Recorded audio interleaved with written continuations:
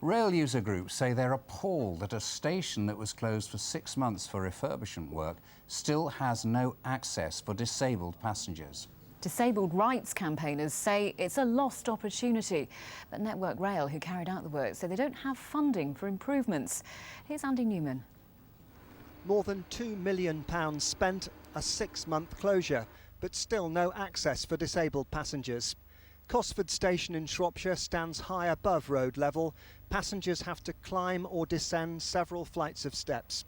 Rail user groups say the failure to install a lift or ramps during refurbishment work is a lost opportunity.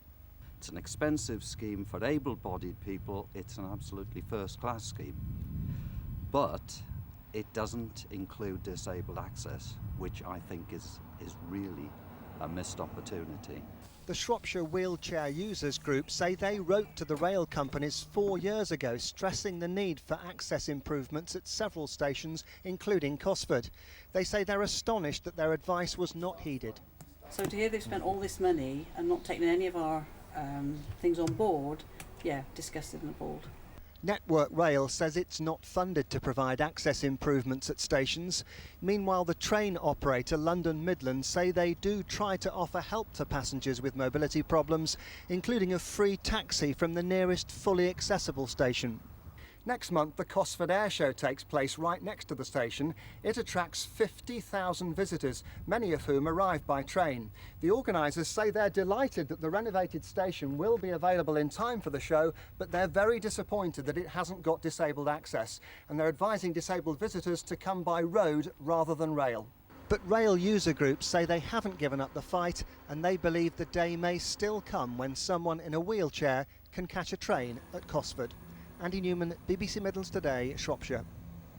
Well, Andy is at Cosford railway station for us this evening. So, Andy, what else can you tell us about why this disabled access wasn't provided? Well, it's a complicated story, and no one organisation seems to be quite prepared to take responsibility for this.